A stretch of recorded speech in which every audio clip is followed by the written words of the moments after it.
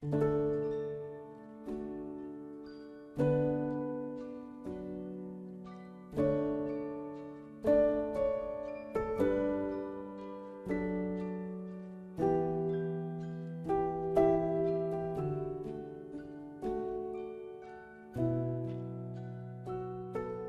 I'm Arlene Rhodes, and I attended the Locust Grove number 11 school at the corner of Locust Grove Road and Daniels Road in the town of Greenfield for just 1 year, from 1944 to 1945. So the school building is still there, although it is much remodeled and enlarged. It's on Locust Grove Road in the town of Greenfield at the intersection of Daniels Road. It's actually on it would be the southeast corner. The building is there, but through the years, there have been additions and the roof line is extended, etc. So it doesn't look like the school I went to, but the building is still there. Any natural landmarks or buildings nearby that would help someone identify where that building is located, other than the roads you just mentioned? Well, it's pretty hard to miss. And then the buildings across the street, the house that was owned by the Wadsworths, and actually one of my classmates lived in that house, is right across the street on the southwest corner. The northeast corner is an older house where actually my teacher boarded in the wintertime. It was the Lean Davies house, and that house is still there. And then the northwest corner, I can't remember if the house that's there was built when I don't think it was there when I was in school, but there are 4 buildings on that corner. How did you get to school each day? So I walked. So it was a little over a mile, and my brother was in school as well. I didn't say, I guess, in the beginning that I started first grade there. So it was in 1944. My brother was in 3rd grade. And one of our classmates lived 2 doors up. Betty Smerrill was her name. So the 3 of us walked to school together. There was another house on the way where 2 other students lived. Their last name was Teeling. But they almost always got to school late, so they didn't walk to school with us. And it's kind of interesting. It makes me think of, so of course in good weather we walked. In the wintertime, we often sledded to school because that section of Locust Grove Road has, first from my house, a small hill, and then 2 very, very long hills. And in those days, they did not sand the roads. They only started sanding the roads, in my recollection, is when the school buses started coming on the roads. So if you'd had hard-packed snow with vehicles going over it a lot, it became icy. And so sledding down those hills was great fun. Walking back home, of course, we couldn't even walk on the road. We had to walk over on the side in the snow piles and the snowbanks to get up those steep hills. But sledding to school in the wintertime was great fun.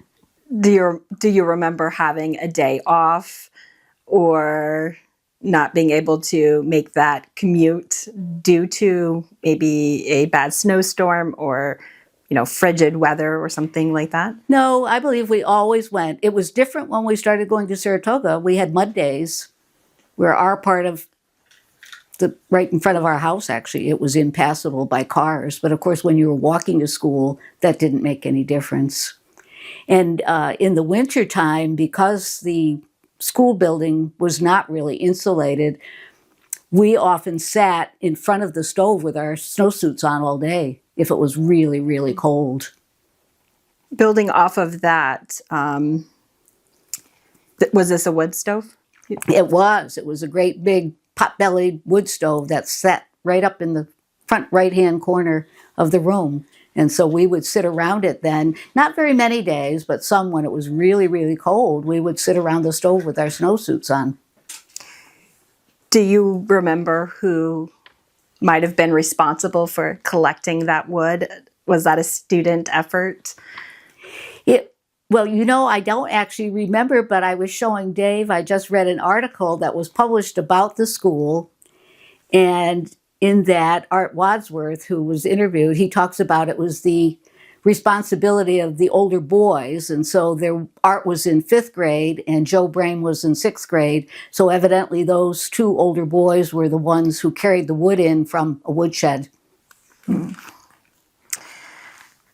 What else do you remember about the building, both inside and out? Well, in front there was a circular driveway.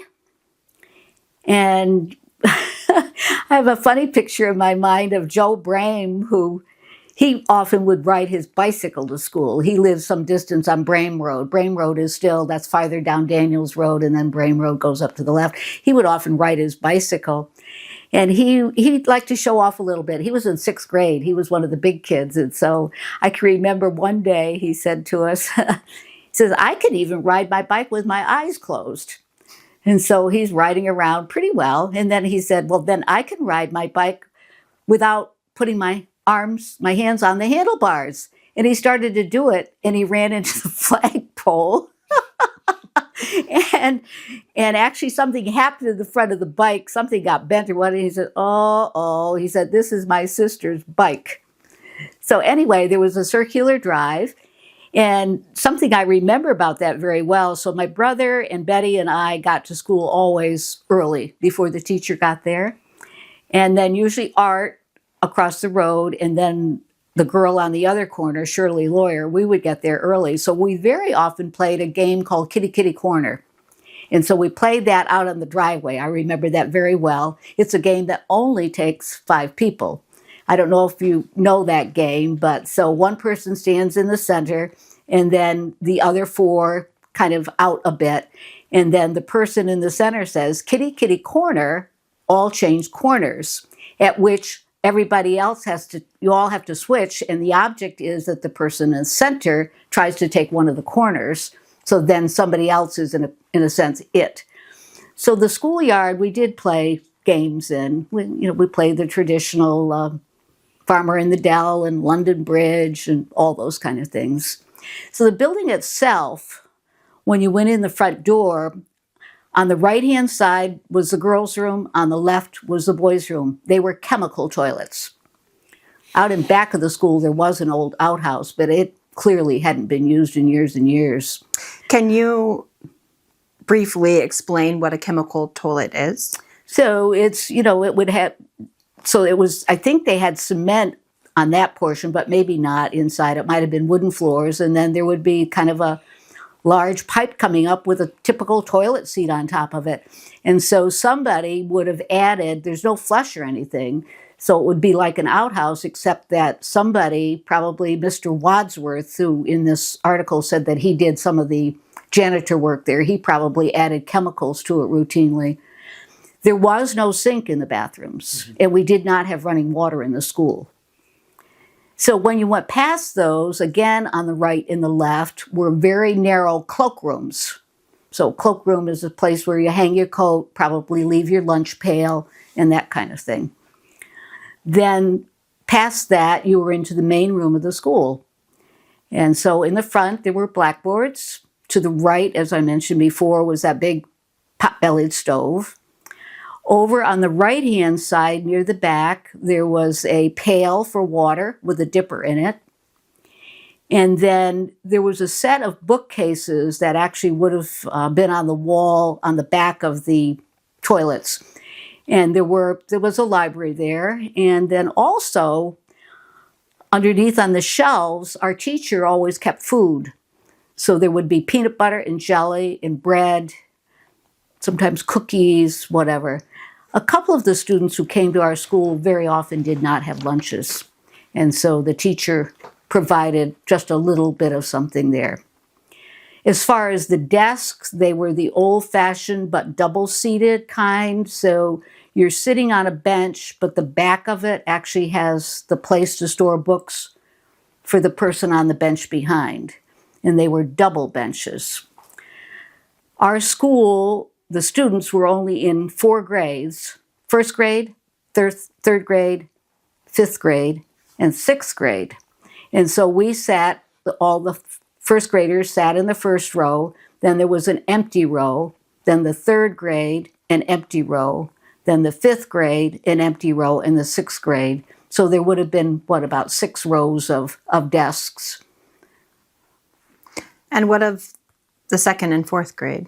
There were no students in those grades. Oh, you just didn't happen to have any? Didn't have any. There were 3 of us in first grade, 3 in third grade, 2 in fifth grade, and 2 in sixth grade. The outhouse was on the back part of the property, and actually it was a fairly large building. The only thing I remember is when we played hide and seek, we used to hide in there because the old outhouse, it must have had 2 or 3 seats, maybe holes for each of boys' side and the girls' side, and then a number of other things just chunked in there for storage. So there weren't many places to hide. There was, so there's the school building and a couple trees and a stone wall, but that was the only other building there. And so we would often hide in that outhouse, but that's all I can tell you about it. It was not an outhouse anymore. It was just a hiding place. What can you tell us about a typical school day? And before I forget, did your teacher have some sort of bell or way to signal all of the kids that the school day was about to begin? So, as I said, the teacher very often got there after some of us. And we played outside until she got there. I don't have very clear memories of exactly how things went in the day. I know that she might give a lesson, let's say, to the first graders. And of course, as first graders, we were mainly trying to learn to read. So we had the typical Dick and Jane and Spot book. And I was trying to remember, but I almost think we had our own individual little slates that we wrote on in first grade. And so let's say, for example, if she gave us a lesson, the other ones might have been doing something left over from before. The fun thing is, if we got our work done and she wasn't ready to come back to us, we could raise our hand with 5 fingers up, and that meant, may I go outside and play? And so then we could go outside and play. And so other grades could too, if they had their work done. So sometimes while she was teaching inside, there might be 3 or 4 of us outside playing. She also had another very ingenious thing. My teacher was very clever. I don't think I mentioned her name, but it was Catherine Corcoran, who lived in Ballston Spa and drove to our school every day except in the winter. In the winter, she boarded again across the street from us. So she created a store in the back of our room, which I didn't describe when you asked me to describe the inside. So coming in the room on the back left-hand corner, she created some kind of a countertop. I don't know where she got the cash register from, but she got a cash register. And then it was up to each of us to bring empty containers from home. And so I remember bringing a Kix box, Kix cereal, and Duz, which was soap powder, and Ovaltine, which was a drink. And everybody brought open containers that had been empty. And so we had a store shelf. And then she had provided play money. And so one of the other things we could do, if we raised our hands when our work was done with 4 fingers, we could go play in the store as long as we were quiet. Mm. What about 3 fingers? So 3 fingers was, may I get a drink? Mm. And 2? And 2 fingers was number 2, and 1 finger was number 1. I do remember listening to other lessons because, of course, the upper grades were studying history and science and other things. And so, you would sit and pay some attention to that, too.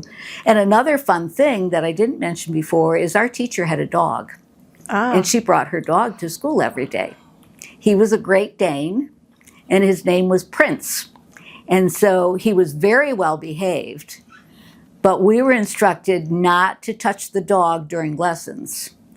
Well, I have to tell you, even though at that age, and I still am, I'm pretty much a rule follower, but if Prince was lying at my side, I would look straight at Miss Corcoran and I would put my hand down and I would pet Prince.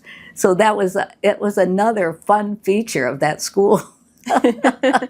For sure. He came to school every day with her. So what subjects do you remember studying?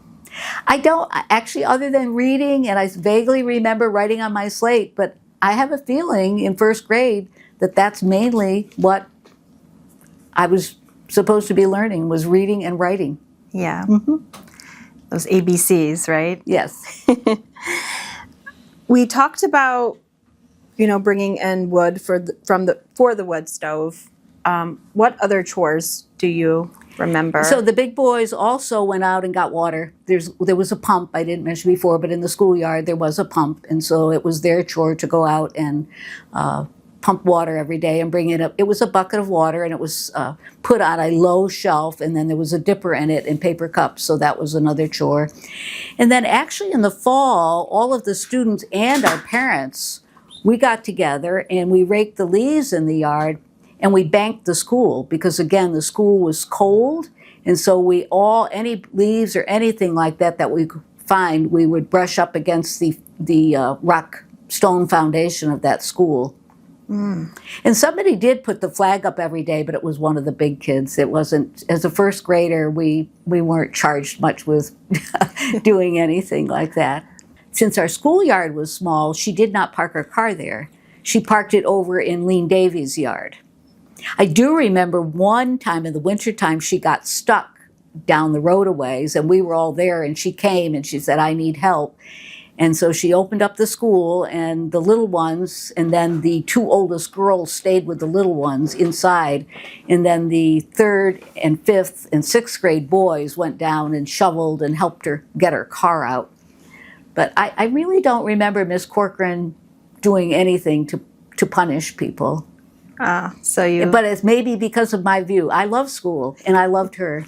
The neat thing is, after my mother died in 1985, she saw it in the paper, I guess. I hadn't seen her all those years. She came to my mother's memorial service, and so then I kept in touch with her for the next 10 or 12 years of her life, which was really a treat.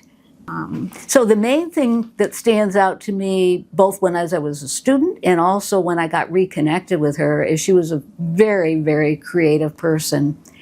And so one of the things she did is when President Roosevelt died, she created a ceremony for us. And I kept the program for that all these years. She made this booklet. It's got cardboard cover, and then inside she glued pages. And so the outside, it gives the date. So in memory of President Franklin Delano Roosevelt, January 30th, 1882 to April 12th, 1945, a great American leader. And then we each colored our own. So that's my coloring on the outside of that. And then inside, we had the ceremony, let's see, he died on the 12th, so 5 days later, Locust Grove School, April 17th, 1945. And we started out with a flag salute. There was a Bible reading, the 23rd Psalm. And then we sang, and these are the songs I remember singing. This is where I learned these. We sang Nearer, My God, to Thee. We sang Rock of Ages, Onward, Christian Soldiers, the Battle Hymn of the Republic,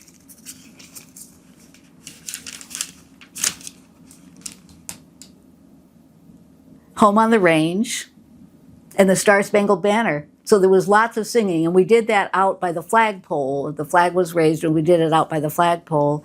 And then some of the older students were charged with, like here it says, Heroes of Our Nation, in quotes, Arthur Wadsworth. So it must have been either an essay or a poem or something like that. But I thought that was very creative, and that is the kind of thing Miss Corcoran did, and that's what I remember about her. And when I met her years later, she was still creating lots of art kind of things to go to her for holidays at the Greenwich Library. She always created something for centerpieces to take there. So she was a very, very creative person. Do you remember if she was unmarried during She was single. Yeah. She never married. So she taught in other schools in Saratoga County.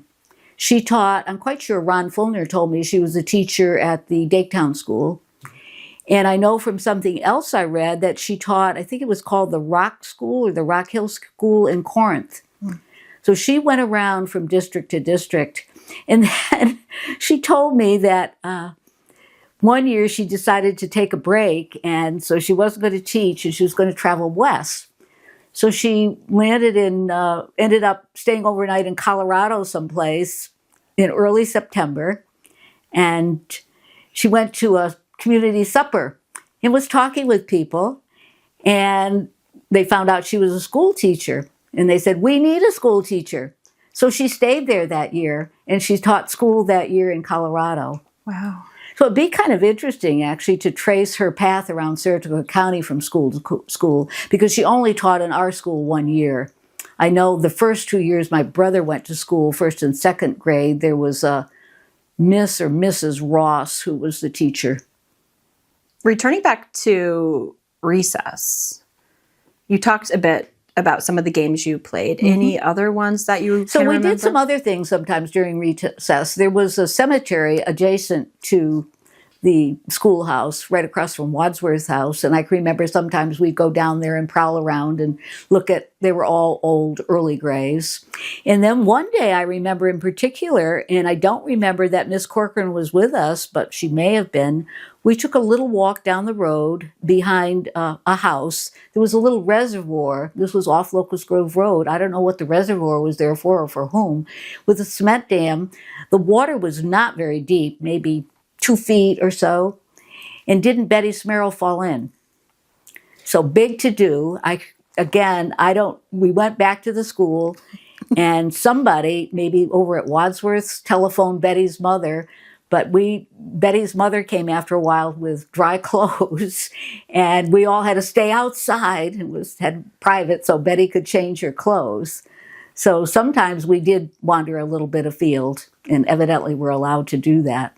Well, I can remember a game that was actually that the older boys did that was kind of devilish, and that this would have been in the wintertime. And I don't quite know how they did it, but we must have stayed in the school, and then probably Joe Brame in 6th grade and Art Wadsworth in 5th grade, maybe just those two. They went outside, and it would have been a time when the snow was kind of packed, not slippery crusty, but the top of it was packed. And then underneath it might have been softer snow. And so what they did is they carved out pieces of that harder stuff, set it aside, and then they dug a deep hole under it. And then they put in some pieces of branches partway down. And then we were all invited to go outside and see if we could not get caught in one of those traps. And so that was the thing. And I remember, oops, and then you fell in up over your knee maybe. The year before, they always invited the ones who were coming the next year to come and visit. And I can remember the year before sitting there, and it was a family that wasn't in school the next year. It was the Bassett family who lived over on the Fox farm. And Florence got up and started to walk to the back of the room, and her skirt fell down. So that was, oh my goodness, kind of thing. I don't remember taking anything other than, again, my lunch every day. And we carried, and I think everybody did, we carried a lunchbox like what our fathers carried. Wasn't how the cute lunchboxes after that had cartoons, so it was an ordinary black lunchbox with a dome top that when you opened up, there was a place for your thermos on one side and then your sandwiches on the other.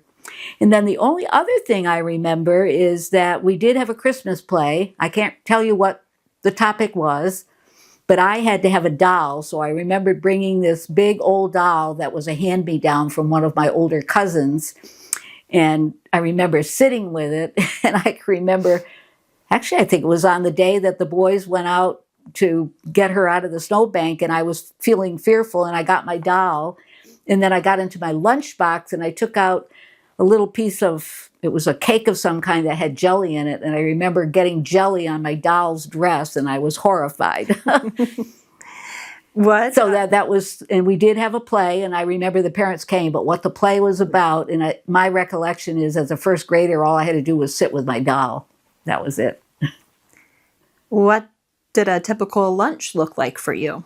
For me, it was always a sandwich, and in our house, it was usually cheese, or it might be leftover meatloaf or something like that, milk, and then an apple or an orange or whatever kind of fruit there might be.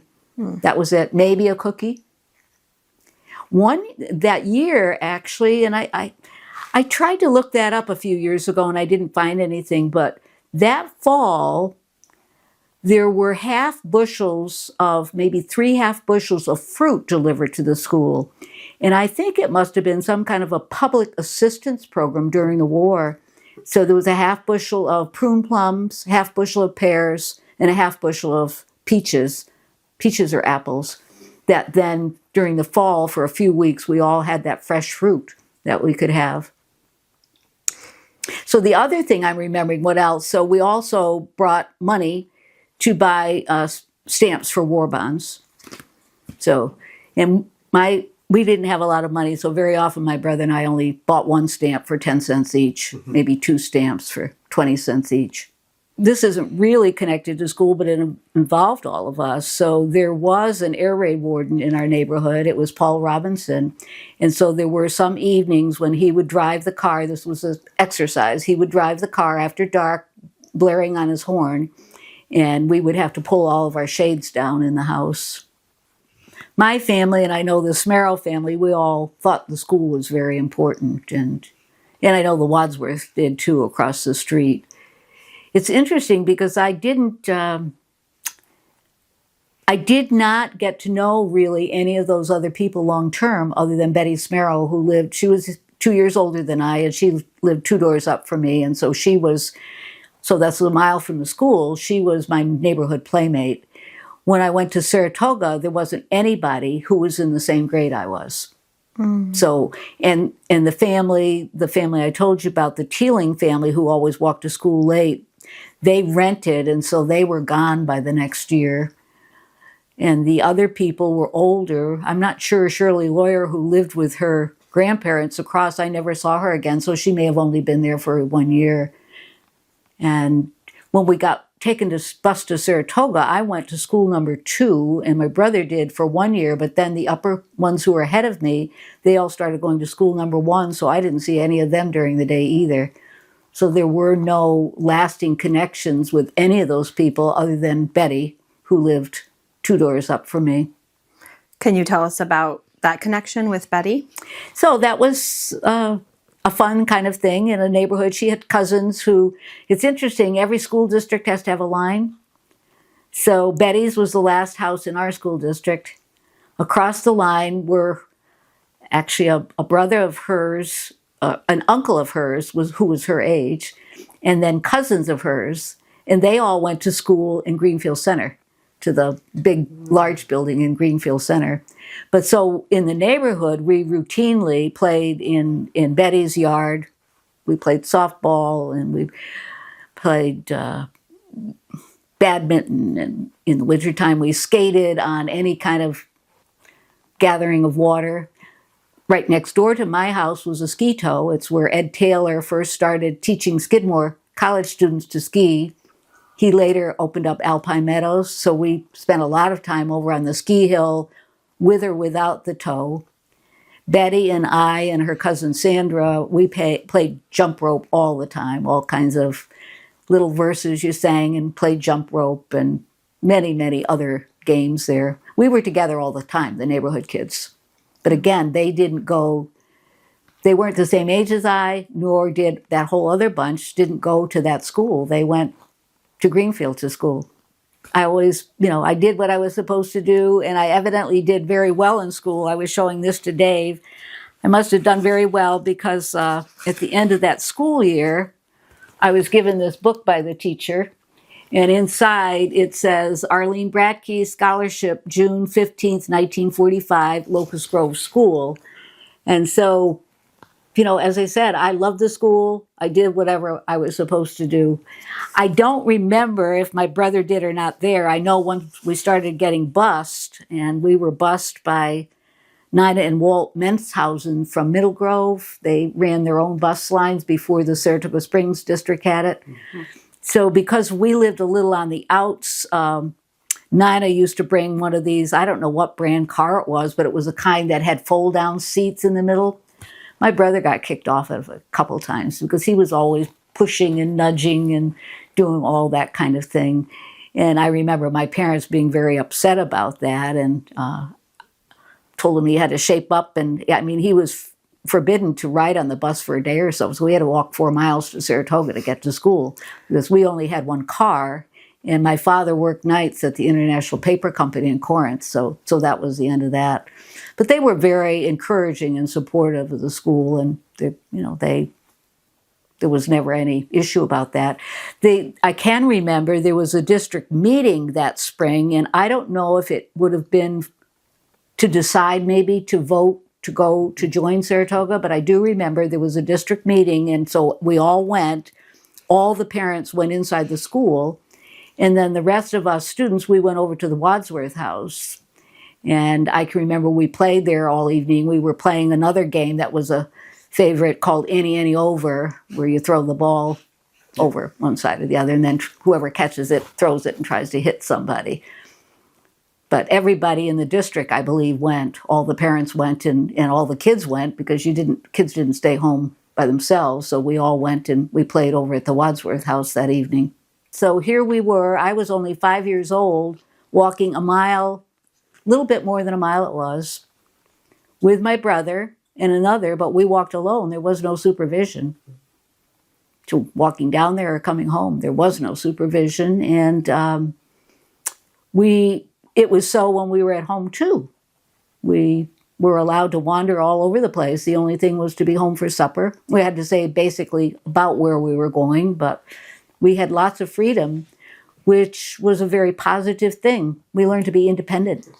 We made mistakes, but we learned to be independent, and we never got into any big trouble. So I went to school number 2 on Van Dam Street. All except maybe 4 of us lived in that neighborhood. So at lunchtime, for an hour, everybody else went home to eat lunch. And there were 3 or 4 of us, not from my neighborhood, but from other places. Like I remember I became friends with the Hunt girls, it was Dr. Hunt they lived out in Milton on Stone Church Road. And so we would eat lunch at tables there inside the room, but then we had all the rest of that hour unsupervised outside to play. And we did. We played roly-poly and we played other kinds of little games.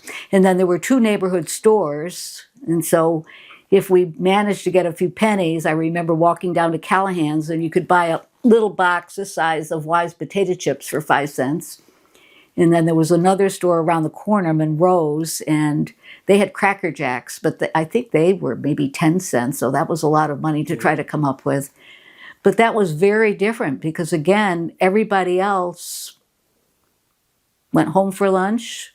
After school, they played in their neighborhoods. So we were different. It wasn't... Actually, I made friends with a girl in my 2nd grade class that first year and got invited to her birthday party. And turned out she was lived in a very poor family. I went to the birthday party and my parents picked me up and they had given me permission. But when I went to that house, there was no furniture in the house. And the mother came after we were there, maybe a half hour before the mother came. And she brought a little sheet cake from the A&P. And I remember a big thing I bought, times are different. What did I buy her for a present? Hair ribbons, because we all had braids. And so at Starbucks, which is not Starbucks coffee, downtown Saratoga, there was a Starbucks department store. And so they sold wide ribbon like this, that might be red and white plaids or something like that. So I gave her hair ribbons. But that was an eye-opener because I had never my parents weren't wealthy, but I had never been in a house like that and didn't know. She was my friend, and so I wanted to go. I made friends with her in my class in 2nd grade. But it was interesting, nobody else in our class went. I was the only one who went. Why do you think that was? I don't know. Maybe since they lived near that neighborhood, maybe they knew where she lived. Maybe their parents told them they couldn't go. Or maybe I was the only one who was friendly with the girl. I don't know. But it was very, very different. Very different. we've heard that dynamic, being in this kind of collaborative environment that's very community based, and then transitioning to this larger school where, you have to kind of fend for yourself a bit, but also you're open to suddenly new experiences. So that was kind of like the pro, or you have these new experiences, but the con would be, you lose some of that community life quite a bit. Yeah, I didn't ever feel sad or anything there. Again, I like school. I always like school. I still like to learn. And so I liked all of my teachers in number 2 school, and I was anxious to learn, and it was all a really good experience for me. And the busing? And the busing, as I said, the first year or two, maybe just a year, we rode in that car that was used for a bus. Once in a while, and I don't know what decided it, once in a while they would take the big bus down to the corner where our old country school was, and we were told ahead of time we had to walk down to it. And there were a couple times when there were mud days that we went anyway. We walked to Saratoga. We walked 4 miles, and we didn't get there until 9:30. But so after that, we had Saratoga Springs Public School buses, a yellow bus that came. And then, of course, you made friends with those people because they came from Greenfield Center, and Rock City Falls was on that route, and Middle Grove and Porter Corners. So we made friends with those people. How do you think that attending a one-room schoolhouse shaped you? Well, I think it was a wonderful experience because we had, again, almost one-on-one instruction. And at the end of that year, I know my brother and I, when we started in Saratoga, my parents were given the option for us to skip a grade. So I could have started in 3rd grade, and my brother could have started in 5th grade. My parents chose not to do that. But it just, I don't know, I think I had a lot of opportunities in one-room country school because, it was so small, the idea that we had to walk a mile to get there, just a small group of people, only 10 of us, and you got to hear some of the lessons from the other grades.